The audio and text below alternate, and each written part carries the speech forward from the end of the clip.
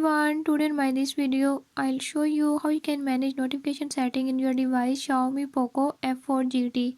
In this device, if you're having any issue like you're not seeing notification setting or if you're not receiving any notification, I'll tell you how you can turn on or how to turn it off. Before I start, if you're new to my channel, don't forget to subscribe and press bell icon. Watch complete video and learn how you can do it.